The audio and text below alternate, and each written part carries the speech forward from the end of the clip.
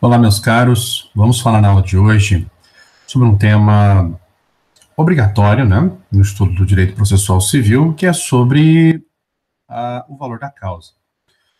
O valor da causa é obrigatório em toda ação civil. Então, toda causa civil deve ser atribuído um valor certo, ainda que não tenha um conteúdo econômico imediatamente aferível, como diz o artigo 291 do Código de Processo Civil. O valor da causa, ele deve ser indicado ao final da petição inicial, ou ainda na petição de reconvenção, por imperativo do artigo 292. Justamente porque a reconvenção ela é considerada uma ação proposta dentro de outra ação, né? A reconvenção é como se fosse um contra-ataque do réu face o autor, em que o réu exerce o direito de ação em face do autor dentro da sua defesa. Então, como tem uma natureza jurídica de ação, então também na reconvenção deve ser atribuído um valor da causa. Então, o que vem a ser, então, o valor da causa? Uma ideia embrionária, eu costumo dizer que é o proveito econômico, né? Então, corresponde, a bem da verdade, então, a um conteúdo de cunho patrimonial que esteja em discussão ou algum proveito econômico que esteja sendo buscado pelo proponente da ação. Então, é importante você averiguar esses conceitos lá no estudo do artigo 292. Então, nessa primeira análise, né, então trouxe aqui alguns slides para você, um slide com os tópicos, né, para você analisar. Então, o primeiro ponto que eu gostaria de salientar é que no âmbito das ações cíveis, toda causa civil deve ter a atribuição de um valor econômico, o que a gente chama de valor da causa. Quando a causa versar sobre algum bem jurídico, um bem da vida, que não tenha conteúdo econômico imediato, como a gente vê, por exemplo, nos casos de investigação de paternidade, qual o valor da causa que eu vou atribuir a uma investigação de paternidade, que está sendo ali buscado um direito da personalidade, não é? Então, casos como este, né, o proponente da ação deverá estimar o valor da causa. Então, o valor da causa será por estimativa. É só você olhar o valor da tabela, né, a tabela de custas, né, do Poder Judiciário, e pega ali o valor mais baixo que tiver, né? Por exemplo, é muito comum você ver ali advogados atribuir ali R$1.000, né, para efeito meramente fiscal, só para pagar o valor das custas processuais. Bom, qual a relevância, então, do valor da causa? Por que ele é tão importante no âmbito civil? Ele tem uma relevância crucial, porque ele serve de parâmetro econômico para o cálculo dos honorários advocatícios. Então, quando se fixa lá o magistrado, ele vai fixar entre 10% e 20%. O valor da causa é um dos critérios. O valor da condenação, né, que é um dos propósitos, e um dos critérios utilizados ali para se fixar o valor dos honorários advocatícios é o do valor da causa. Temos ainda essa questão do valor da causa, está previsto no artigo 85, parágrafo 2º. Então, um ponto que você também tem que mentalizar é com relação às multas. Nós temos a multa por litigância de má-fé.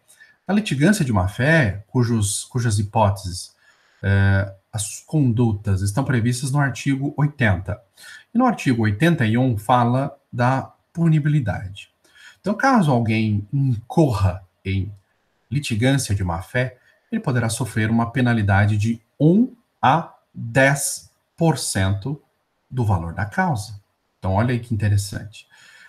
No contempt of court, né, no atentado à corte, que é no artigo 77 do Código de Processo Civil, ela também prevê o valor da causa como sendo o parâmetro. Lá a multa é de 1 a 20% do valor da causa. O 774 também né, que fala do atentatório à dignidade da execução, né, da justiça no âmbito da execução, também traça esse patamar de 1 a 20%.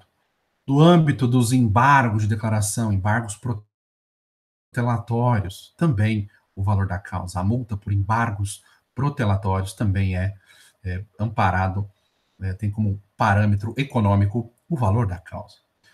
Lembro também no agravo interno, né, caso ele seja rejeitado à unanimidade e considerado protelatório, também será fixada uma multa, tendo como parâmetro o valor da causa. Então, meus caros, percebam, há uma relevância prática muito interessante que você deve ter em conta. Estou lembrando aqui de uma outra multa também muito interessante, caso você não compareça na audiência de mediação e conciliação, o magistrado poderá fixar uma multa de 2% do valor da causa. Então, eis a relevância de se atribuir, além da questão fiscal, não é, para efeito de pagamento das custas processuais, então isso tem uma relevância significativa com relação a esses parâmetros econômicos do processo, que é a fixação de honorários e as multas. Pois bem, meus caros, o sistema prevê critérios objetivos para que se determine o valor da causa. Eu costumo dar uma dica aos meus alunos dizendo o seguinte: olha, é só você averiguar qual o proveito econômico que você está buscando. Se eu estou disputando ali uma fazenda que custa 10 milhões de reais, então o proveito econômico que estou buscando, então um bem de 10 milhões. Então este deveria ser o valor da causa. Só que se eu estou propondo uma ação de indenização, pedindo 100 mil reais de dano moral, 50 mil de dano estético e mais 10 mil de danos materiais, é só eu somar todos eles, não é? 100 com 50, 150, com mais 10, 160. Então, 160 mil seria o valor da causa neste exemplo. Então, vamos ver essas hipóteses, né, esses critérios objetivos que estão previstos no Código de Processo Civil. Bom, naquelas causas que têm por objeto a cobrança, obviamente, de dívidas, né?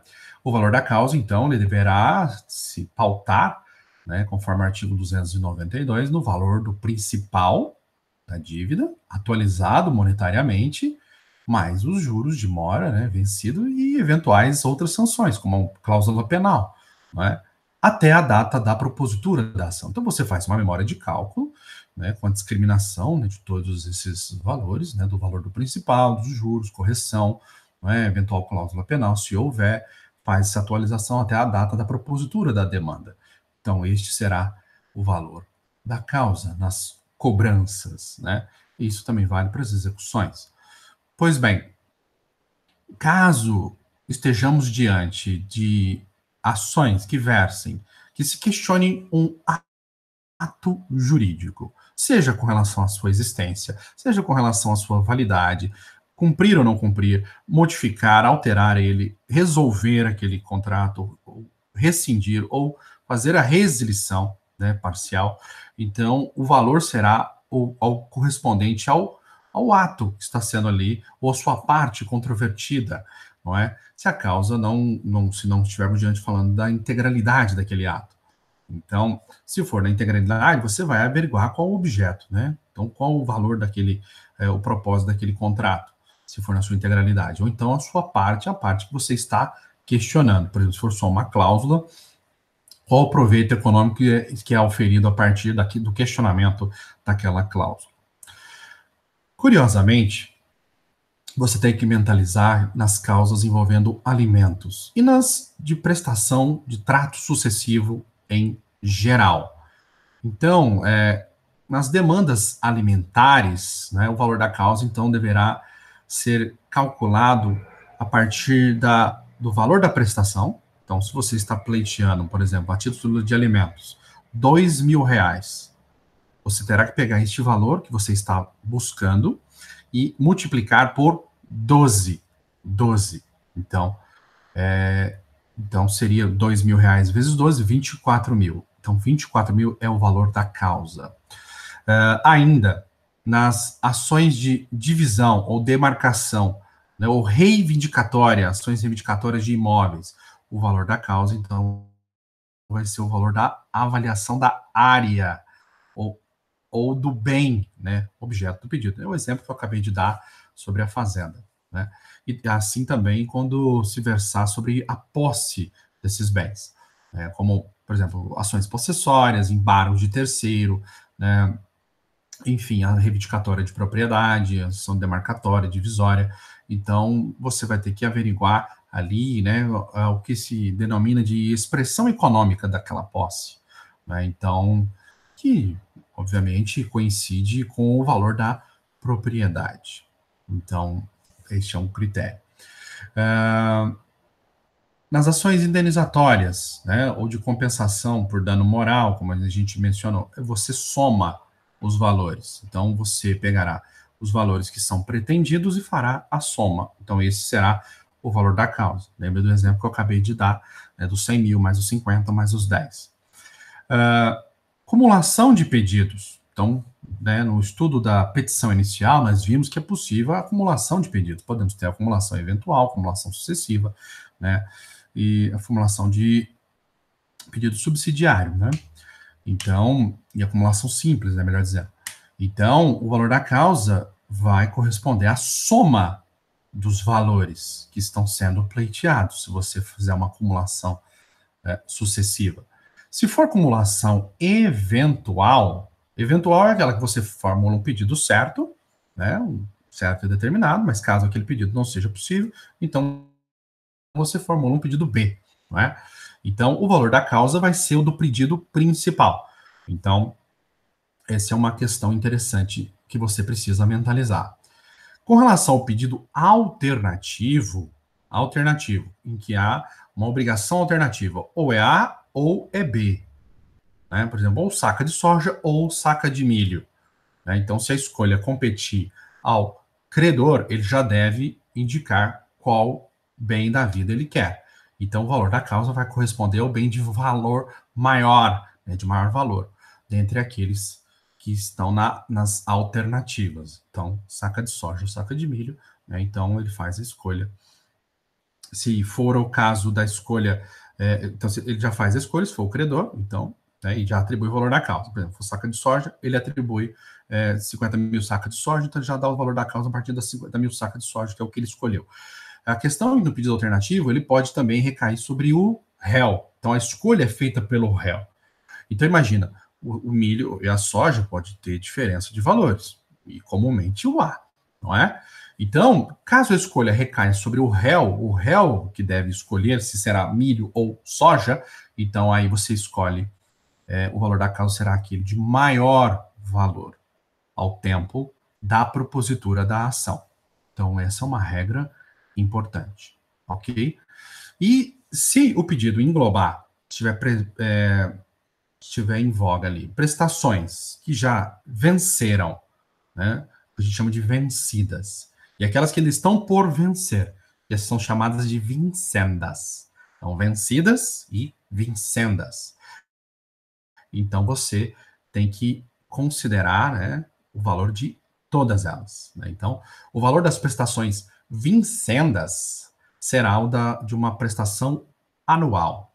Então, você vai pegar as que estão por vencer, você vai multiplicar por 12 e vai somar com as que já venceram. E aí você vai chegar a um valor da causa. Então, esse é um ponto bastante interessante. Tudo isso, meus caros, eu estou comentando no artigo 292 do Código de Processo Civil. A questão do controle jurisdicional, para a gente já terminar a nossa breve abordagem. Bom, o entendimento hoje, até por imperativo do Código de Processo Civil, nesse mesmo artigo que nós estamos comentando, 292, é que o juiz pode fazer o controle de ofício ou por provocação da parte interessada, né? No caso, o réu. Então, e essa correção de ofício se dar. O que é a correção de ofício? É o juiz agir sem que haja qualquer pedido pela parte contrária, né, pelo réu. Então, o juiz vai agir por seu ato de vontade. E quando ele o fará? Então, há um permissivo no Código de Processo Civil, caso ele verifique, caso o magistrado verifique, então, que o valor atribuído à causa não corresponder ao conteúdo patrimonial em discussão. Ou seja, o proveito econômico que, obviamente, é perseguido tiver uma discrepância, não é? Então, o demandado, né, também ele tem a prerrogativa de suscitar esse controle, caso o magistrado não tenha feito. Então, caso o réu queira suscitar esse controle, né, do valor da causa, ele entende que o valor da causa está equivocado. Ele poderá fazê-lo, né, caso não seja do interesse dele, ele poderá fazê-lo na contestação em preliminar, sob pena de preclusão. Olha que interessante, o 293 do Código de Processo Civil afirma que, se não for feita a alegação, o que a gente chamava antigamente de impugnação ao valor da causa, que era uma peça autônoma.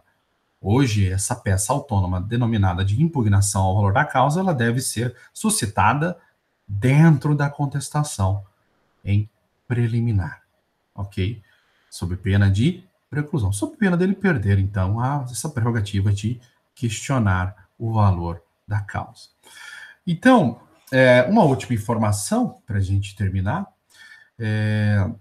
o juiz ele só pode controlar de ofício o valor da causa, determinando sua correção, se isso se der antes da contestação. Senão não faria o menor sentido nós trabalharmos com a lógica da preclusão, não é? Então, por quê? Oferecida a contestação, né, e não tendo havido a correção de ofício por parte do juiz, nem tendo sido impugnado pelo réu, né, na contestação, o valor que foi indicado, então, vai se estabilizar, vai ser tido como correto, então, e não poderá ser alterado. Então, esse é o entendimento a partir da leitura do novo código, esse é o código de 2015, que entrou em vigor em 2016. Era isso, meus caros. Então, eu agradeço, né, convido aí depois vocês a darem uma olhada nesses artigos que eu mencionei, né, o 292, 293 do Código de Processo Civil, para que você fixe melhor essas explicações que eu acabei de fazer. Muito obrigado e até a próxima.